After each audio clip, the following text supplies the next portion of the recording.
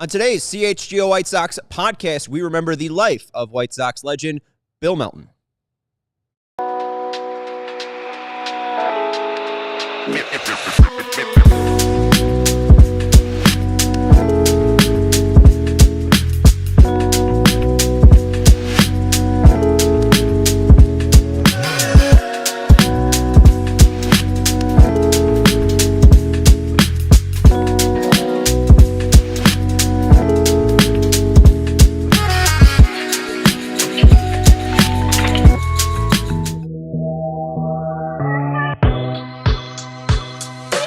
Welcome into the CHGO White Sox podcast, coming to you live from Studio A of our CHGO offices here in the West Loop of Chicago. I'm your host, Sean Anderson. Alongside me, the full CHGO White Sox crew. That is Vinny Duber, our CHGO White Sox beat writer. You can read his work at allchgo.com. The man in the middle is Herb Lawrence. Hello. Our CHGO White Sox community leader. We're being produced today by our pal, Sarah. Hello.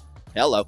And on today's show, we will be talking about the life of Bill Melton. Bill Melton has passed away at the age of 79. White Sox chairman Jerry Reinsdorf released a statement today. Bill Melton enjoyed two tremendous careers with the White Sox. His first came as a celebrated home run king for the White Sox teams in the early 1970s, where Beltin Bill brought power to a franchise that played its home games in a pitcher-friendly ballpark. Photos of Bill wearing his home run crown and others of him posing with ballpark organist Nancy Faust still generate smiles to this day. Bill's second career as a well-liked and respected pre- and post-game television analyst, where on a nightly basis, Sox fans saw his passion for his team win or lose. Bill was a friend to many at the White Sox and around baseball, and his booming voice will be missed. Our sympathies go out to his wife, Tess, and all of their friends and family.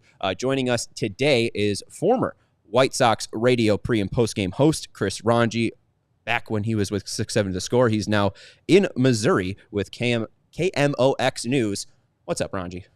Hey guys, how you doing? We're all right. We're sorry about your friend and your pal Bill Melton. Herb's been telling us that, this was a guy you just used to watch games with. Pretty much, all from your time doing White Sox postgames. Yeah, so I don't know if he did it the nights that he was doing pre and post game, because he wasn't every single night for Comcast or NBC Sports or whatever it is. But the nights he wasn't, he would serve as an ambassador for the White Sox, and he would come to the ballpark, and he'd go and visit a couple of suites and say hello to people. And then for the rest of the game, or however long he could stand it, he would come into the booth where I sat, and he would watch the rest of the game. And usually it was, okay, so with the exception of maybe 2 or 3 years, and I think you guys know this all very well, there was a lot of bad baseball. And I think the you don't have like a FCC you got to worry about, right? Like, I'm not going to get vulgar or anything, but the phrase that I hear over and over in my head, and I hear Bill Melton's voice when he says it, is, "God damn it, this guy can't play." He said that. I don't know how many times that dude would say that about somebody. And then at some point, probably about the 7th inning, somebody on the field would do something stupid. He'd say, "All right, that's it. I got to go." And then he'd just get up and leave. And that was the end of it. But he was really something, man. And I know, Herb, you got to spend a little bit of time with him the times you came to the ballpark and he happened to be in the booth. Just very engaging, incredibly funny, and a great ball buster. Just really, really funny. And I was actually texting with Chris Tannehill earlier at 670, Herb, a coworker of yours, or old coworker, and we were just talking about like how some of the best times would be when he would come into the booth and Moose Skowron was up there too. Mm-hmm. And Moose was not really a ball buster. It's really funny because you got this guy who used to be Mickey Mantle's best friend. They were teammates and they were roommates on the road, and he was good friends with Roger Maris, part of this storied Yankees team. And here's Moose Skowron just getting shit from everybody. Like you've got Melton making fun of him the whole time. And when those two guys would go at it, those were some of the best times up in that booth, was just listening to the two of them, and Melton giving Moose a hard time and Moose trying to give it back to him. Shut up, Al. Like, just really, really great stuff. Yeah, and like you said, on those Friday nights when I got a chance to do pre and post, I would go into your booth and expect you just to be there, maybe Bob Grimm, but then you would get Bill Melton poking his head in there for a couple innings, Moose Skowron, and like a Mike Mazza or something like that. Those are some very entertaining things. I didn't say a word usually. I just looked down at the ball game and just like, I'm having a great entertaining time. Can you give us a nice, Bill, as you said, he had a mouth on him. So can you give us a, not even PG, but, a good story about Bill Melton that you can regale to the folks who are watching? No. So, okay. So, no, it just, I would just say that he was, I said this earlier, he was one of the funniest people that I remember being around at that ballpark. And he was always very kind. I mean, he's Bill Melton, so he's a name. He's already a pretty big deal, but he never acted that way. He never acted like he was just a dude. He was just one of I guess one of the guys, right? He was like everybody else, and he never treated you like you were beneath him in any way. That's the thing that I remember the most from him is just how funny he was. He was always smiling unless the Sox were playing like crap, and then he would say something bad about them, and then he'd leave. That is those are the things about him I remember the most.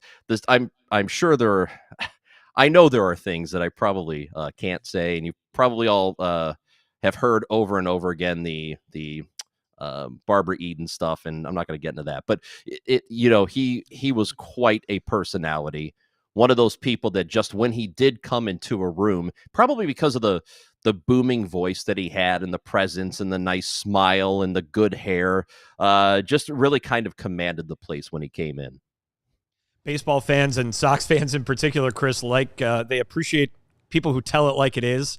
I think Ozzie Guillen gets a lot of attention right now on the postgame show for being a truth teller, but man, they had one for years before that with Bill, didn't they? And I mean, this is a guy, as you just mentioned, and even in my limited interaction with him during my time at NBC, he's walking down the hallway and he's grumbling to anyone who will listen about, the play that was just not made in the fourth inning or something like that. So a guy who obviously was a big part of the White Sox family, but was a fixture for White Sox fans all over town too. Well, I think what's really funny in hearing you say that is, and it's probably like this for, I would say, a lot of the former athletes who are now in analyst roles, where they are painfully, dreadfully honest, talking about players on the team they cover off the air. But then the post game starts. And like I said, you would hear Melton say, this guy can't play. And then the post game would happen. He'd say, well, he's doing the best he can. And I think that I think that he's working on some things and he knows he's got some stuff to improve on. And for whatever reason, that dichotomy in my mind of hearing him just trash somebody because he knew the guy sucked and then trying to be diplomatic about it later really sticks out to me. But and he did it very, very well. And there were times, Herb knows this, that we had to do a lot of White Sox programming on 670 for many years. And sometimes doing shows when there was not really anything good to talk about. And I think you guys probably know this now. I know what you're talking about. You know this very well. It's somehow it's worse now.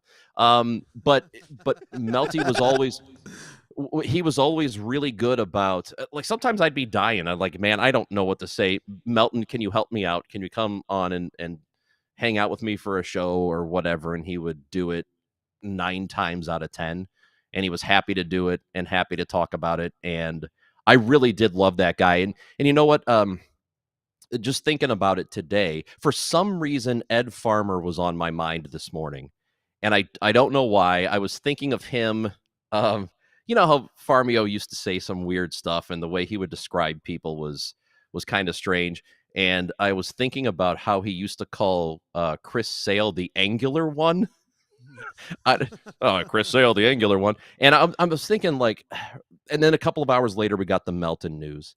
But it's like Ed Farmer and Bill Melton and Moose and Mark Zareng, who was the longtime engineer, Dave Wills, who did the job before I did. We've lost all of those people in just like the last 15 years. And that's a lot of the broadcast booth and White Sox broadcasts and the Sox family. And it's really kind of a heartbreaking thing when you go back and think about it. All these greats, all these people who were great to us anyway, are just now gone. And the thing is, Ranji, too, like you said, he was just like a regular dude. And so I knew of Bill Melton, like, you know, tangentially. I knew he had a career of being on White Sox before I was born.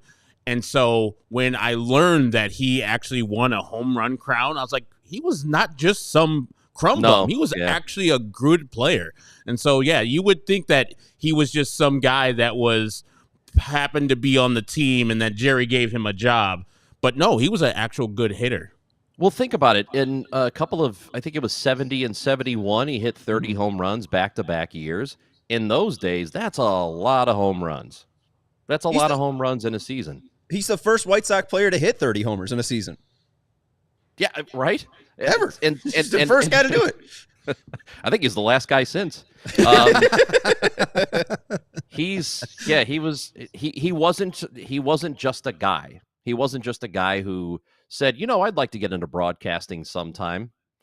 He was somebody he was an actual player and a guy that, I didn't grow up watching him. I think his last year was the first year I was born. So obviously I didn't see him play. But for a lot of older fans, they remember him fondly, and he wasn't just a guy. You know, he wasn't just a throw-in who became a broadcaster and a good one later. He was somebody who played the game, and he was respected when he played.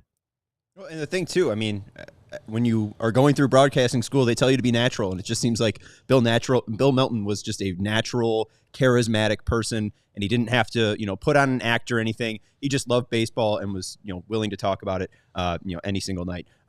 Obviously, a huge loss for the White Sox, and you mentioned too all the people that we have lost in the White Sox world. So just another unfortunate blow for fans.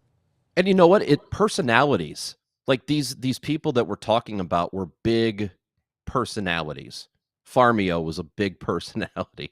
Melty, Moose was a big personality. Just all these guys that we don't have anymore, and it sucks. But I mean, it's part of life. You're going to lose people.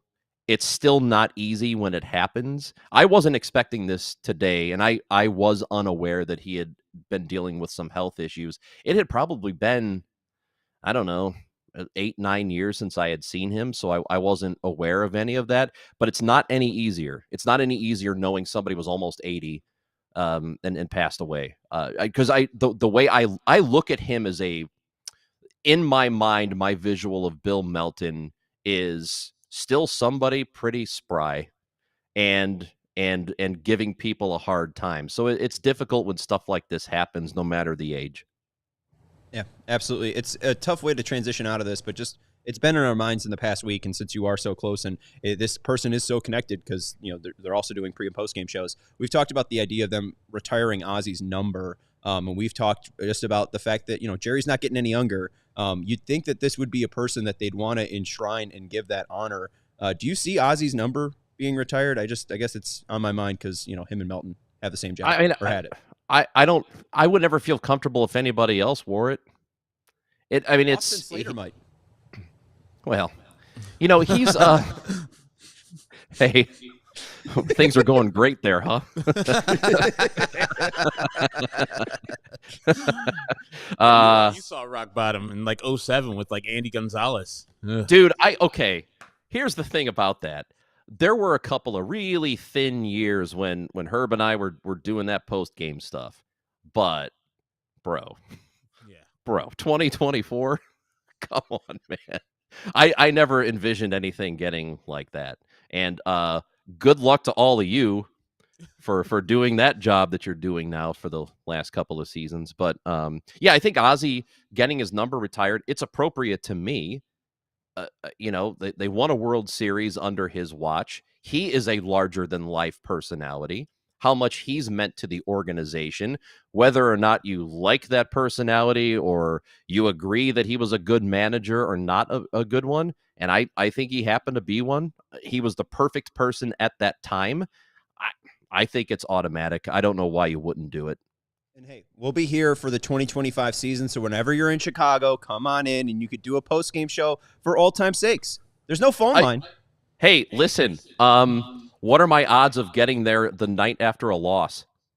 What, 20, Great. 75%? And Rudy from DeKalb is going to call, definitely. Rudy from DeKalb has to be dead by now. There's just no chance. If Rudy is around, I'd love to hear from him. We'll spend the next 6 months trying to reunite you with Rudy. All right. Find Rudy and ask him if he still thinks he's a better teacher of hitters than Paul Konerko. Just see what he has to say about that. I'd take Rudy's money. All right. We're going to wrap it up here with Chris Rongey. We appreciate you joining us, Chris. You can obviously follow Chris on most social medias out there, and he's doing work over at KMOX. So we appreciate Chris's time today. Thanks, Chris. Good to see you guys. Good to see you, too. And, hey, I think he's going to take us up on that offer for post-game shows. Who doesn't want to watch White Sox baseball, huh? We're going to take a break here on the CHGO White Sox podcast. We'll talk a little bit more about Bill Melton. We'll talk about some Luis Robert Jr. Rumors. And as the chat is mentioning, Luke Richardson has been fired by the Chicago Blackhawks. The CHGO Blackhawks team is getting into gear right now to do an emergency podcast. Yeah, they literally left. I told Mario. Yeah. Mario was sitting there getting up to drive 2 hours to Wisconsin or wherever he lives. And we were like, hey, Luke Richardson got fired. So, we will be having an emergency podcast in any moment. Stick tuned. We got to take a break here on the CHGO White Sox podcast.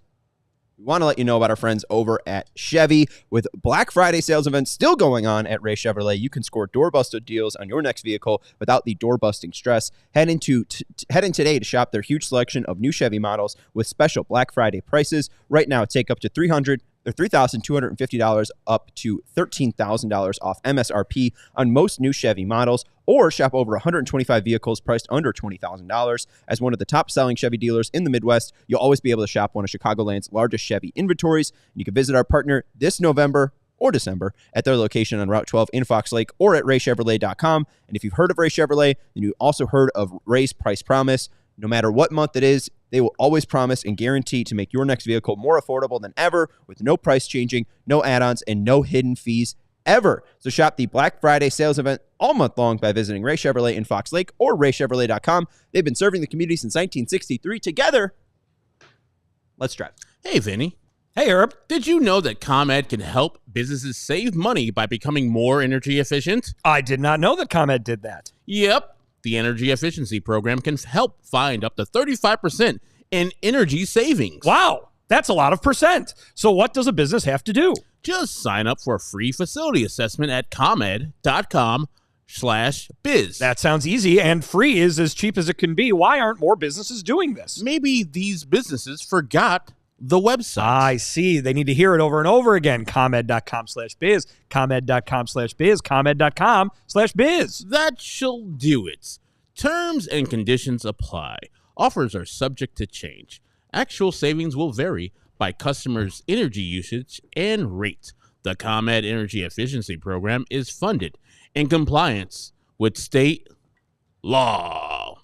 ComEd.com/biz. ComEd.com/biz. ComEd.com/biz. ComEd.com/biz. You don't win friends with sell it. No, you don't. John's back. I'm back. Hey, the audio listeners don't have to know that I was gone.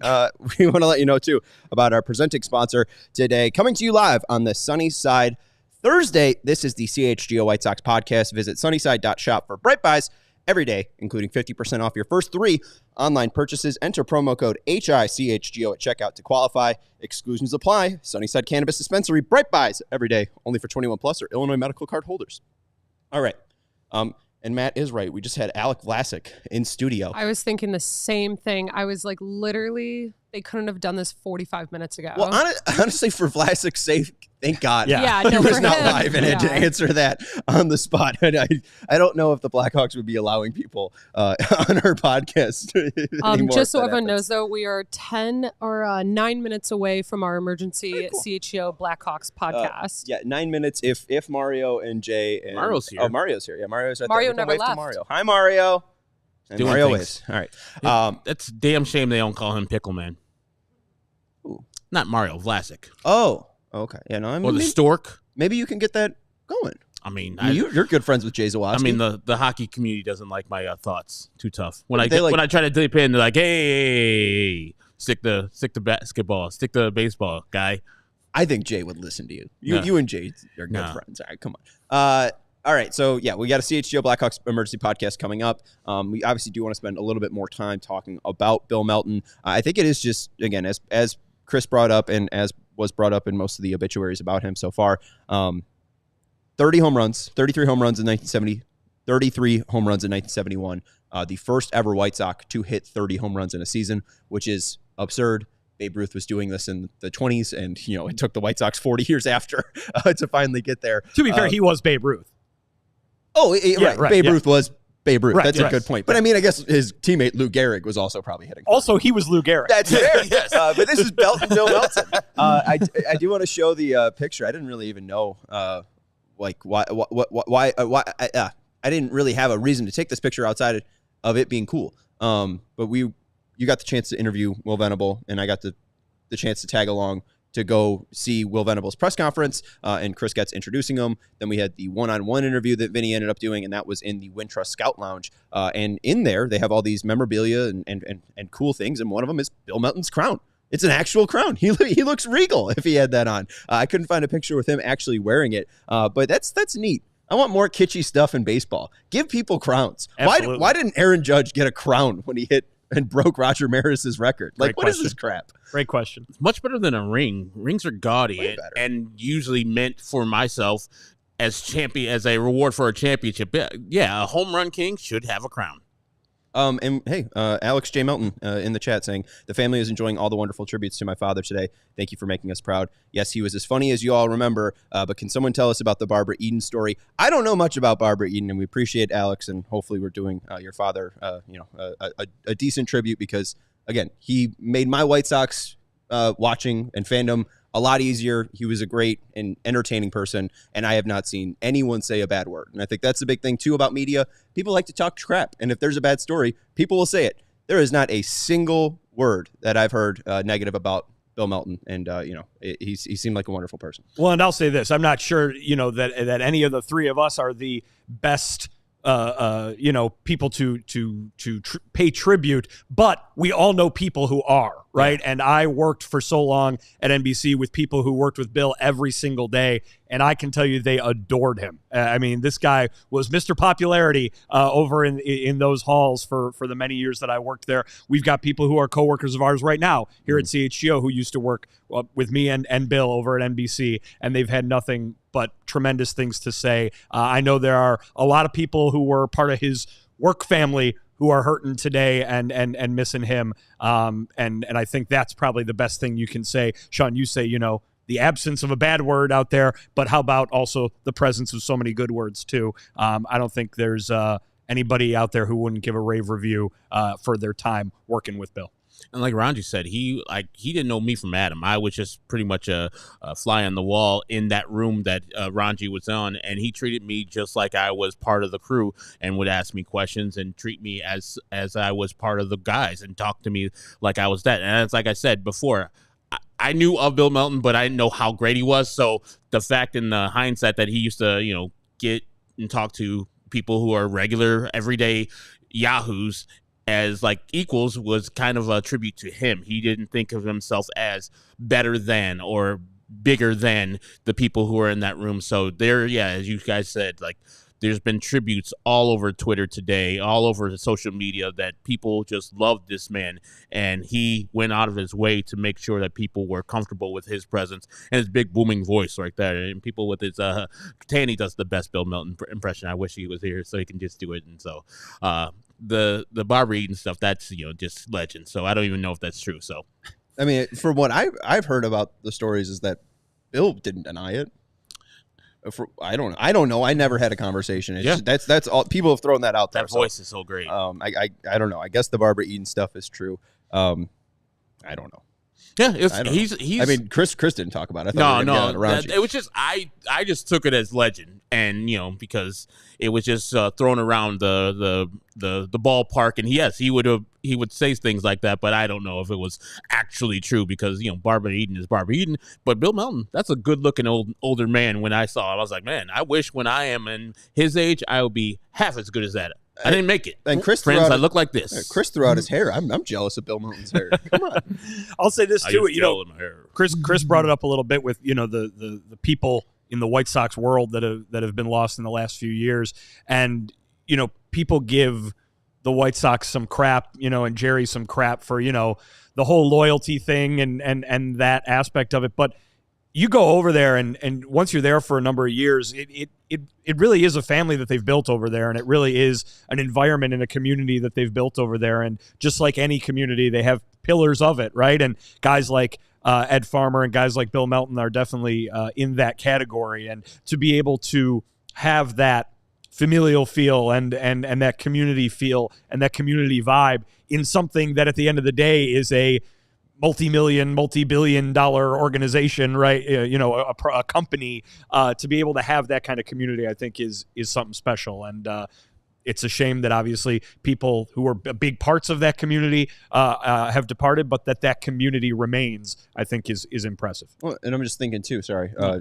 coming up on 125th anniversary of the White Sox, you'd think that he'd probably be at least invited or a part of Sox Fest Live. So another blow too, because that would be a person that people would just latch onto if he was at Sox Fest. He'll definitely be remembered at that event absolutely. and whatever they do throughout the season to honor not just, we keep saying, it's the 20th anniversary of the World Series team, not just the World Series team, but the whole history of the team. I now need it. Like the fact that, and it's obviously unfortunate, and we'd rather, Bill be alive and be able to be there for it, but we're looking for bobbleheads for the 2025 season. There is a Bill Melton with the red pinstripe jersey bobblehead out there, but I think it was from a long time ago. Give us the full red pinstripe Bill Melton with the home round king. Give me the home round crown and let's properly honor the man. And to go further there's a connection between those jerseys, which I wish they would bring a lot of them back. But since both Bill Melton has just passed, and on Sunday they'll vote for if Dick Allen gets into the Hall of Fame through the Veterans Committee, and so he used to wear those nice red pinstripe. I would think it'd be a beautiful tribute when, hopefully, Richie Allen gets into the Hall of Fame and you have probably like a pin or something to remember Bill Melton. They bring those back for Sundays or whatever day they need to, because firstly, they're dope. Secondly, they can pay tribute to both of those gentlemen. And with, I believe, Dick Allen going into the Hall of Fame this year, hopefully, fingers crossed, he missed it by one vote each of the last two times it was up for it. We can pay tribute to him correctly on Sundays and freshen up that look from the 83 look. I'm not against it. Whether it's a 14 patch or just a Melton patch, Beltin Bill, Beltin Melton. The fact that that's like a double flip, you could either do first name or last name with Belton. That's great. And there was a great article too from the Hardball Times back in 2011 from Bruce Marcuson talking about Chuck Tanner, who gave out all these great nicknames. He gave out Dick Crash Allen. He gave out Rich Goose Gossage, and of course Beltin Bill Melton. Is there a nickname that sticks out more in White Sox history than Beltin Bill Melton? And obviously, like Scotty Pods doesn't count because that's just his name. I think the Big Hurt, yes, probably comes to mind. Yeah, that is, yeah. I mean, yeah, all of Hawk Harrelson's name, the Pope Don Paul. That's just the best ever. Exactly. That's my favorite one. The Deacon Warren Newsom. Yes. I'll tell you what. Yeah. So I just Beltin Melton, Beltin Bill. The fact that you can just like the versatility of it. I'm a big, if you could play first base, third base, left field, right field, you're my guy. Andrew Vaughn. Yeah. Right. Yeah. Make him a switch hitter, and he's my fave. But yeah, that's gonna wrap up most of our Bill Melton talk. If there are any memories you want to share in the chat, please let us know. We'll obviously be sharing that. If you have anything that you do want to share, if you've been a longtime White Sox fan, we'll obviously throw those up on the chat, and we'll obviously talk about them. Hit the thumbs up button if you haven't, and make sure you're subscribing to the CHGO Sports YouTube channel. I believe the emergency podcast is starting soon. I see Jay walking, and I see Greg walking, so we are going to start our emergency podcast in just a second for all the Blackhawks fans that are waiting. But we have to take a break here on the CHGO White Sox podcast. Vinny Yes. Tell them about Public Rec. Look at your pants. These pants. Look at my pants. Look at your pants. Mm-hmm. These pants are amazing, guys. I tell you this. These are the game changer pants from Public Rec. And, these, I think, come with my highest endorsement, not just because they're comfortable. They're lightweight. Can't wait to wear them to the ballpark in the summer. But, guys, they survived Thanksgiving. I wore them for Thanksgiving. I ate all that turkey. They did not pop off my, the button did not pop off like a cartoon. I was running around with the little nephews and everything too. They survived. They are great. They're versatile. They're good for anything. So whether you need clothes or pants for the work week or formal outing on the weekend, Public Rec's Game Changer pants will be your go-to. They're the most comfortable dress pants, the last pair of dress pants you will ever need. They come in all sorts of sizes with the waist and the length. I'm a square man. Myself, 34. So if you're square, they've got it, but they've got all sorts of ones too. This is a local company. Public Rec was founded right here in Chicago, and they truly capture the feeling of evenings in the city. When I put these on this afternoon, the sun was shining, and then I was like, wait a minute, is it night? Is it evening in the city? Because that's what it feels like. They've got a huge selection of high-quality everyday basics. You can revamp your entire wardrobe with polos, shorts, hoodies. I was wearing the T-shirt earlier this week, and, of course, these pants. Stop suffering in regular pants and give the gift of comfort this holiday season. For a limited time only, our listeners get 20% off when you use the code CHGO at checkout. That's 20% off with the code CHGO at publicrec.com. After your purchase, they'll ask you where you heard about them. Please support our show and tell them that we sent you. Give yourself or someone you love the gift of comfort this holiday. Man, I wasn't even ready for my ad read. I was looking up all these facts. Now I got to tell you about Empire. With Empire today, you get shop at home convenience, the right product for your needs, quick and professional installation, and a low price guarantee. Empire today is the best place to get new flooring, so of course they have copycats, but Empire cannot be beaten on their quality, service, and speed. That's why competitors advertise low-quality products that Empire simply won't carry. Empire won't promise the lowest prices because anyone who does is putting flooring in your home they wouldn't put in theirs. Empire keeps shopping for floors simple with a curated product selection. Their philosophy is to help you find what you need and not overwhelm you with thousands of choices and substitutes. And you can check out their choices with their virtual floor designer. It's a great way to see how new floors will look in any space. It's easy. Just snap a picture and instantly see how new floors will transform your room. So schedule a free in-home estimate today with the experts over at Empire. All listeners can receive a $350 off discount when they use promo code CHGO. Restrictions apply. See EmpireToday.com/CHGO for details. 588-2300 Empire Today. All right, let's play a little game. Okay. Who's the first ever player to hit 30 home runs in a season? Just Ever? in baseball? In baseball. Ooh. Babe Ruth. Rogers Hornsby. It was Babe Ruth. Oh, okay. Babe Ruth. And not only did he hit 30, he led the league in 1918 with 11. Then in 1919, he led the league with 29. And then in 1920, he said, you know what? I could do better than that. Let me hit 54. Ooh, wow. And like the next guy was like 12. Yeah, literally.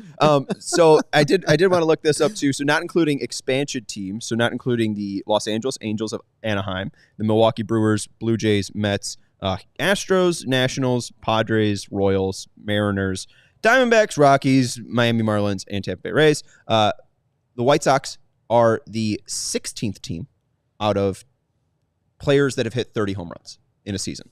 So there's one team that has hit less or has had less 30 home run seasons. I see what you're saying. In a season that have the same amount of history. Okay. So who is that team? The White Sox have 105. This team has 97. I'm going to go with the Detroit Tigers. No, good guess. Actually, it's not a good guess. They're 8th. So terrible guess. They're kind of in the middle. Damn LK line. Yeah, so, oh boy. Yeah, this could be line's a good. This could be Miggy. This could be anything. Kerry Fielder. Kerry Carpenter's got a 30 home run year. The best. It could be any team. I mean, I gave you about 15. It couldn't be. Well, yeah, sure, but I'm just saying, like, I'm not getting the context clue. I mean, here, you know theoretically, the Twins are not a team that Say is it. not an Say the expensive Twins. It's the Twins. Okay, because they were the Senators before. 97. Well, they still count them. I mean, it says 1915 to 2024, so maybe I'm off. But 97 for the Minnesota Twins and 105 for the White Sox, just behind the Pittsburgh Pirates at 108. Take that, Twinkies. They almost caught up to us in that 2019 season. Yeah, really. Jesus Christ. What was it? Mitch Garver? Oh, okay. Hold on. I screwed up. This is not for seasons. This is career. So I'm dumb and I'm silly. No, I should because it said Tim Anderson had a 30 home run year, and that's just he did. That's not true. Right. That's not true. That's a good point there. So yeah. Never mind. I don't know anything. I would still believe the Twins because they really didn't have a lot of home run hitters. I mean, Morneau was, but Yeah. Hammer and Harmon Killebrew. Yeah. And then Maurer was not. they also had the 2019 team or 2018 team that who hit the most homers ever. home runs. But yeah, no, just thinking of Bill Melton, he was the first. That's just surprising that it took until 1970 for them to hit 30 home runs. I think it was punitives. After they got the penalty for the Black Sox thing, they didn't win another championship until 59. And then after that, 83. So it's like the White Sox were penalized, firstly, because they lost all those 8 players. And then it was hard to revamp and get all those players or get new players back. And so, yeah, it's hard to get a 30 home run guy because you just lost the whole team pretty much, and good hitters out there, even though, Shoeless Joe wasn't a necessary home run hitter, but I think he would have eventually got there. Yeah. All right. Let's now move on into our next topic. Are there any other nicknames we want to throw out there? El Caballo was thrown out, and Yes. One Dog was thrown out for Lance Johnson and Carlos Lee. It said the Little Hurt up there, Craig Graybeck. Okay, I didn't know Little Hurt. You didn't know him? Oh, No, I knew more about the Big Hurt. He was about Nick Madrigal's size, and then he would run into a home run once in a while, and so Hawk called him the Little Hurt. Okay, that's not too bad. All right, let's get into some Luis Robert Jr. talk. I did fairly piss off Cubs Twitter today because Cody did me dirty with clipping a clip from me jumping on the Cubs show. So I'm going to avoid any Garrett Crochet talk, and I'll just lay low on that one. But there has been some interesting reports coming out of the baseball sphere about Luis Robert Jr. The first one came out from Bob Nightingale on November 25th, and we talked about it on the show. The quote from one GM that Bob had was, "The guy is certainly intriguing, but they've got a really high price tag on him. You've got to hope he finally stays healthy and he could be the player everyone envisioned all along. But the White Sox are acting like he's some big star center fielder and are asking for your top prospects." Then Katie Wu and Ken Rosenthal on the 3rd, 2 days ago, wrote this about the White Sox. The White Sox reportedly bristle at the notion that they are overreaching, a source told Rosenthal and Wu. The team isn't said to be seeking multiple prospects, but would like a meaningful piece in return since many suitors think they can acquire something for nothing. The White Sox are unwilling to lower their asking price and would likely rather hold on to Robert Jr. with the chance that he rebuilds his value rather than sell right now. Then Buster Olney and Jeff Passan today put out a big off-season primer, especially before the winter meetings, and they include this. Interestingly, the perception of some teams is that the White Sox are intent on dealing center fielder Luis Robert Jr., and this is being read as a tell that Chicago wants to cash out on whatever diminished value Robert has now, rather than risk seeing his value crater even more, though through another subpar season. The 27-year-old outfielder will make $15 next season, $20 million club options for 2025 and 2026. One rival official said, "They really believed he would bounce back. Wouldn't you hang on to him until the next summer and look for him to rebuild his value?" Gentlemen, and especially talking to this one rival official, it does seem like they're willing to hold on to Luis Robert Jr. until the next summer for his value to go back up.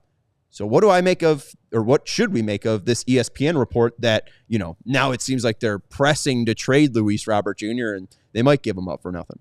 I don't think they're going to give him up for nothing. I think Chris Getz's asking price that has been described there is probably reasonable given what Luis Robert Jr. has been and can be, which is an MVP type talent, right? A guy who can hit for power with the best of them in baseball, who can play Gold Glove level center field, who can swipe a few bases.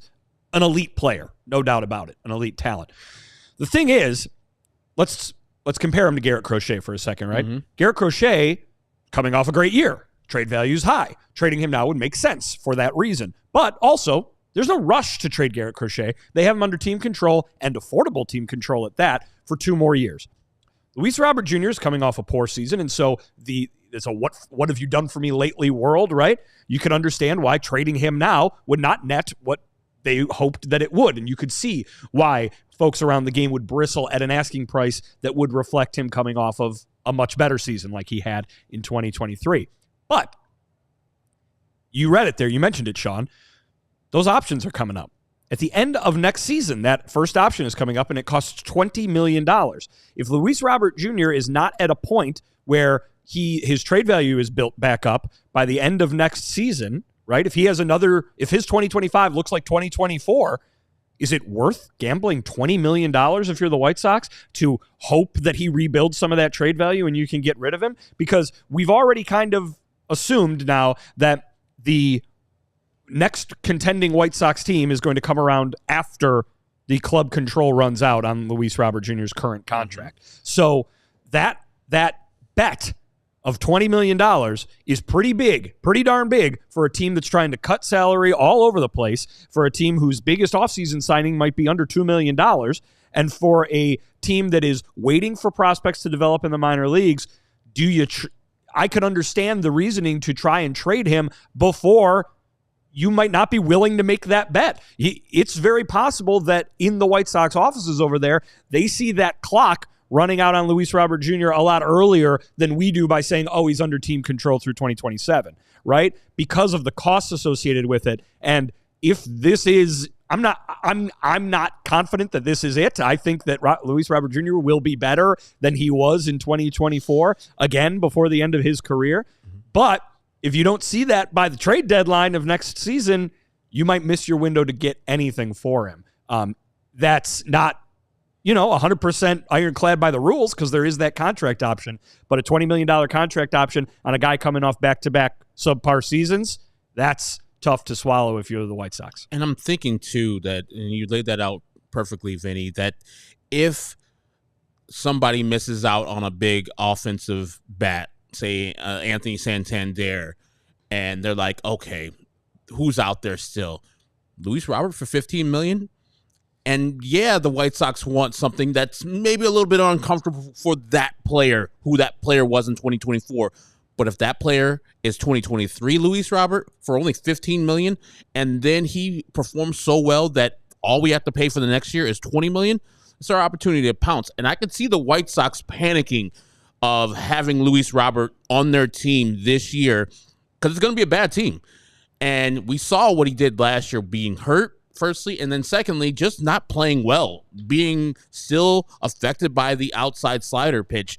And so I think they would be like in their right mind to entertain whatever trade they can look at. I last year was like, there's no value that could be equal to what Luis Robert brings to the table, because it was 2 years of a deal and then also 2 option years. And I was like, he's coming off that great 2023 season. I don't think anybody can match both the years, the cost control, and who the player is. Now, I think teams can see, okay, we can trade for this guy. It won't cost us our farm. And also, the White Sox seem to be desperate and wanting to let this guy go because they don't want him to be in April, May, and June to be that same guy that showed up in 24. Then that value just craters. No one's going to pick up Luis Robert at the trade deadline if he's the same guy as last year. Yeah, and I mean, even speaking about the $20 million option, you brought up, I think about 2 to 3 weeks ago, the idea that the White Sox could just decline his option for 2026. I still, like, even if he's pretty bad, or if he's like average, like even if he's like 100 weighted runs created plus or OPS plus, right? Like if he's around 100, I could still see them picking him up. But like I still think there's tantalizing potential in that player. You're not going out and signing a player to a higher contract. He's going to be the highest paid player next year if you pick up the option. But I mean, he's what, $5 million below? Like they have a ton of operating value right now. Right now their payroll with him on it, it's like $62 million. I mean, at the most, they're around like 80, 85 in 2026, even if they pick him up. And if they decline it, they're around 60 to 60 million. Like, I think that there's still a world that they keep him in 2026 and just do this until they can trade him. It's an expensive gamble, though. It's very much so. And they're like a team that's trying to shed payroll, and that would be a perfect one where you just like, hey, we did what we could do. He didn't pan out to who we thought he would be. Yeah, I hear you, because the power, the speed, the glove, everything is tantalizing, and you saw it come all together in 23. But you've also seen injury-plagued seasons. You've also seen lackluster play. You've also seen things where he isn't the player that you have envisioned. And so I would see the White Sox coming up to next year, if he is just an average player or below average player, saying, all right, Luis, it's been real. It's going to hurt when you turn into Luis Robert for some other team, but we cannot take that expensive of a gamble on you for $20 million. And yeah, theoretically, in the grand scheme of baseball, $20 million for a guy who plays every day like Luis Robert usually does is not a lot of money. But I could see the White Sox in the situation that they're in right now being like, all right, it was a good run. I hope you go and find somewhere else to play. Maybe. I don't think there's any panic for the White Sox. So to at least hear that Foster and Jeff think that they're maybe I think adamant's the right word about trading him isn't surprising. I mean, they seem adamant on trading Andrew Benintendi. It seems like, again, they're open to clearing up space for the young players that are going to come up, but there doesn't seem to be a center fielder that's pushing out Luis Robert Jr. So even if he does have like a tantalizing season enough, he's only 28 and you still have the option to even keep him next year or like in 2027, like I don't think there's any clock with him. With Crochet, it does seem like there's a clock because you want to maximize on the 2 years. I forget who just said it, but I mean, he could go out and pitch 180 innings and be a top 5 Cy Young candidate, and he might have less value, Crochet, next year than this year because you're getting the 2 years, and you know he's only $3 million this year. Like with Robert, it's just about him showing up to the plate and showing what he did in 2023, about him having value, and that could happen in 2025. It could happen in 2026, and I don't know if there's a real, you know, it's not like a ticking time bomb. You have to get rid of him. But I'll also say this. Also, look at where the White Sox are. Don't you think they want the puzzle pieces to come into focus a little bit here? I mean, if we're talking about them picking up a $20 million option on Luis Robert Jr. for 2026, and then hoping that they can trade him for prospects by the trade deadline of 2026. That's 2 years from now, in which they're making a trade for more prospects. I mean, they need this rebuild thing to get going, and I understand that it's going to require patience. It's going to take a long time, absolutely. But maybe they're at a position right now where we got the opportunity to trade Crochet, and look, here's Luis Robert Jr., a guy who was an all-star 2 years ago, a guy who finished in MVP voting 2 years ago. Let's trade him too. Let's cash in on these opportunities right now and bring the people into our organization that are going to be the building blocks. I don't think Chris Getz is going to be, driven to a hasty decision because of anyone's thinking about a timeline.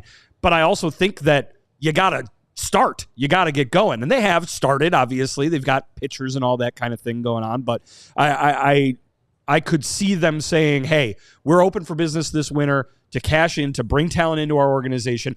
We don't want to be in the talent acquisition phase for 4 years. You know what I mean? That's not something that gets a project going and gaining steam. So I could see the desire to make that move this offseason. I could see an itching maybe even to make that move this offseason. I still don't think it will happen because why would you sell so low on a guy who could get you so much?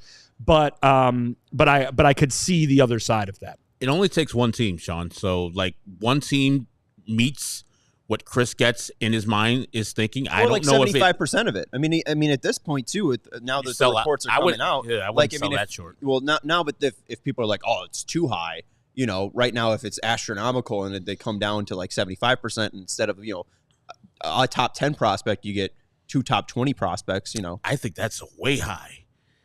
I don't know. Yeah, a top. You said top 20. You think they're getting 2 top 20 prospects? Top 20 as in that team's market, or in the top 20 in baseball? Oh, top 20 in the in organization. Okay. Guys, come on. That's what I was thinking. I was like, ooh, my goodness. I was like, didn't we just have Elijah on to talk to you about realistic trade? I'm looking at you like Michael Kopech just got Alexander Albertus and Gerald Perez.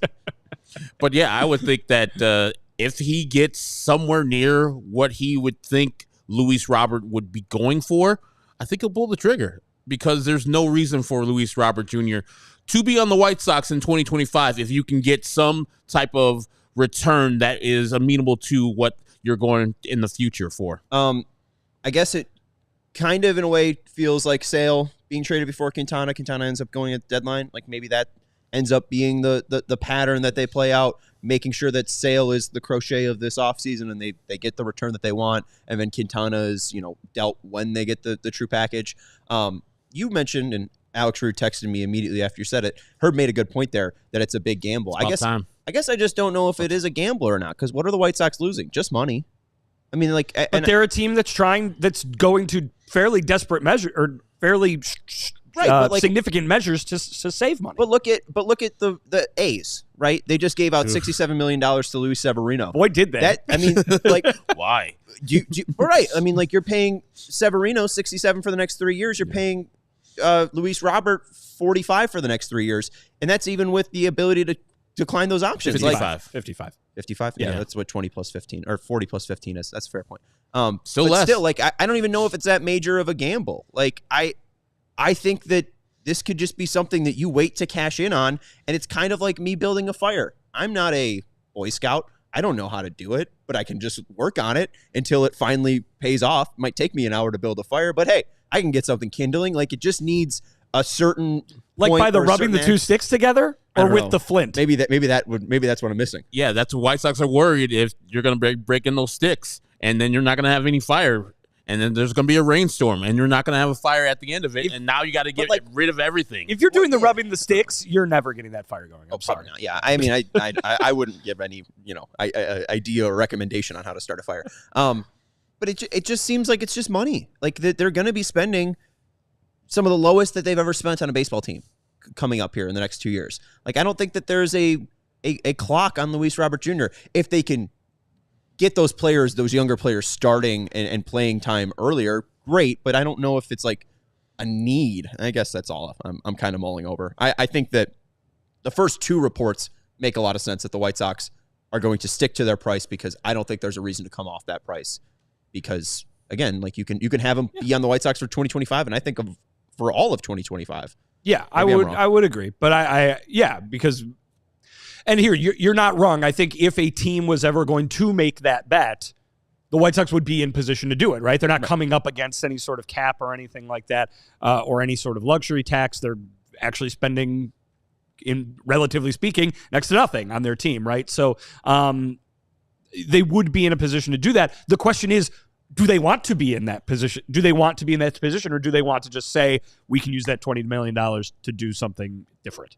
I guess. Yeah. I mean, will they even spend $20 million this offseason? I think they spent 22. No. I think they spent 22 and a half last year on all the signings that they had. So, I mean, I don't know. Like, and most of it went to Eric Fetty. Yeah, true. If they get rid of Benintendi, they clear up $17 million right there. Like, is that enough where the pressure even comes off of trading Luis Robert Jr.? They're not getting rid of Benintendi. Well, right. But I mean, all the other reports who are also, they're saying they're actively shopping. I'm Benintendi. sure they are. Yeah, the worst, the only way I see Andrew Benintendi going to another team if he's packaged with Garrett Crochet, which I do not want, because the return would be worse. That's, I absolutely cannot see Chris Getz doing that, because then you're showing, the White Sox as a whole are showing that you care more about bringing the payroll down as close to the bottom as possible than you do about setting yourself up for the long-term future, which goes against everything Chris Getz has been saying, right? The whole idea is they want guys that they can develop into the next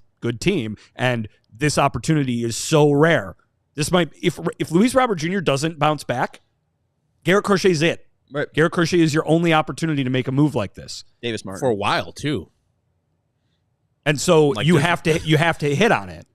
Davis Martin. They've got to get Davis Martin for a while still, man. Noah Schultz and Hagen Smith are replacing Davis Martin. I think that is fair, because if they don't hit on this, I mean, it's going to have to be homegrown, or at least, banking on whatever they get from Crochet and then homegrown. At least my pal Alex saying it might be safer to see what you can get now and then use the money that was going to go to him to get a half-year deal on guys, and then get more by flipping those. But I don't know, who do you even do that with? Like Teoscar. But I mean, you're not even, you don't have a center fielder then. Like, I'm just trying to think, like, who can you even spend the money? Like, that even seems riskier, I guess, to like. But $15 million spread out over 3 guys is not an all-star level players. You know what I mean? They're just sign and flip guys. Yeah. Fair. Yeah. All right. That's going to wrap up the main topics here on the CHGO White Sox podcast. If you are not a CHGO diehard, you did miss out on the huge sale that we just did have, $36 for 36 hours. But we do still have a huge and growing community over at ALLCITY.com. If you do become a diehard, you get all access to Vinny's written content up at ALLCITY.com. You get exclusive discounts to events and merch coming up. One of those being our Top Shelf event. The CHGO Bulls are doing a sweet takeover on Derrick Rose night, January 4th, when the Bulls are taking on the Knicks. And then now Sarah flashed a new one. I didn't even know about this. We have another Top Shelf event. The Blackhawks are going to be taking over a suite. The Carolina Hurricanes and Blackhawks will be playing on the 20th. So we have 2 great events. What a fancy January coming up. I know, right? Soirees over at the United Center. But yeah, if you do want to join, head over to allchgo.com. And I do believe for those suite events, it's $100 $100 discount for those sweet events for our diehards. So head over to allchgo.com/diehard. You do want to become a diehard and get to join the Discord and chat with us about anything White Sox, Cubs, Blackhawks, Bulls, or Bears. And then you also get all the boosts, like free shirts and discounts and Vinny's writing. Yeah, you get Vinny in the Discord, listen to an album for an hour and answering your questions. I think you did that, Last yesterday? night? Yeah. Did you do that? Did you listen to Boston because Garrett Crochet is going to Boston? I did. Well, I mean, not exactly that, but yes, everybody wants all the Boston prospects, so I said, we'll put on the Boston record. Why not? Which one? It's a good idea. The one. Boston. Boston by Boston. The Boston record. More than a feeling. That's track 1. Side 1, track 1. Good song. Foreplay, long time. Track 1, side 3, or side 1, track 3. Okay. All right. You're a dork. Hit that thumbs up button and make sure to subscribe to the CHGO Sports YouTube channel. We did bring up the Luis Severino deal. The A's, just the A's, not the Oakland A's, not the Sacramento A's, not the Las Vegas A's, not the Philadelphia A's, just the Athletics, signed Luis Severino to a 3-year, $67 million deal. Should be the California A's. They should be the California A's. And I wish they all could be California A's. Yes, and the Los Angeles Anaheims of Angels or whatever should just be the Anaheim Angels. Just shorten that up. Or the Orange County Angels. Yeah. But then they'd have to change to orange, I feel like. Yes, absolutely. I like the red. There's only, 2 baseball teams that have orange? Yeah, but then you get It's the orange. Giants market. Orange and green. Like the leaf on an orange. Oh. Do they grow oranges in California? They used to. I'm sure they do. Oh, they used to. Yeah. They do everything in California. Okay. Well, I mean, it's a big-ass state. I always picture Florida as the orange state. Anyways, Luis Severino. Yeah. Do you think he'll be enjoying oranges in Sacramento? It depends on what he likes for breakfast, but I can't imagine he'll be enjoying much in Sacramento other than his paycheck. But, I mean, I don't know what the A's are doing, spending money on people when they're no good. I mean, good for them, I guess. They'll have one better pitcher than they had prior. What it tells me is, boy, starting pitching, it's good to be a starting pitcher right now. Whether you are Luis Severino or Matthew Boyd or Nick Martinez, you are getting a big payday right now. And I don't know if that bodes well or not well for the White Sox and Garrett Crochet. Maybe you've got teams saying, we would rather pay any amount of dollars than part with our prospects.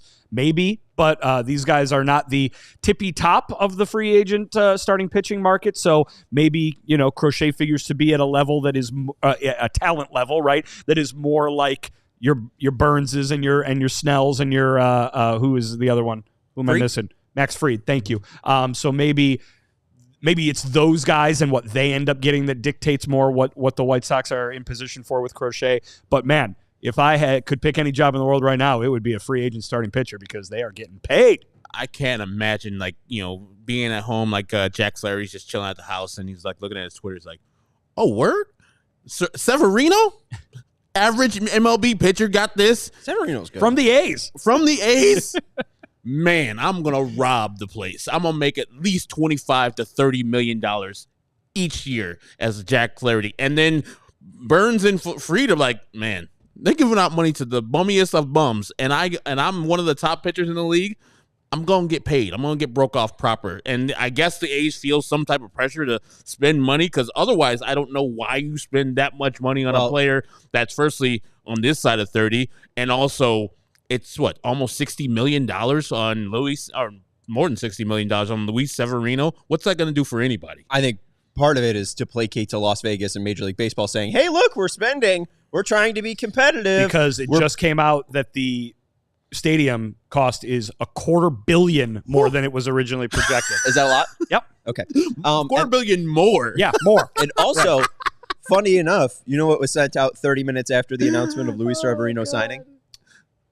Season tickets. There you go. So I think come on down, Sacktown, to see Luis Severino. A sale job. Was so 10,000 people there at the Sacktown? Yeah, I don't think it's going to be a nice time. I'm just hoping though for an A's Rays ALCS, both of them taking place at minor league stadiums in 2025. That'd be really funny. That'd be funny. Yeah, I'm rooting for that too now. That'd be goofy. There was one point that I wanted to bring up, but now I can't even think about it. Oh well. The A's. It's just bold and it's surprising that it ends up playing out like this. I guess the point was you brought up, we'd rather give money than prospects.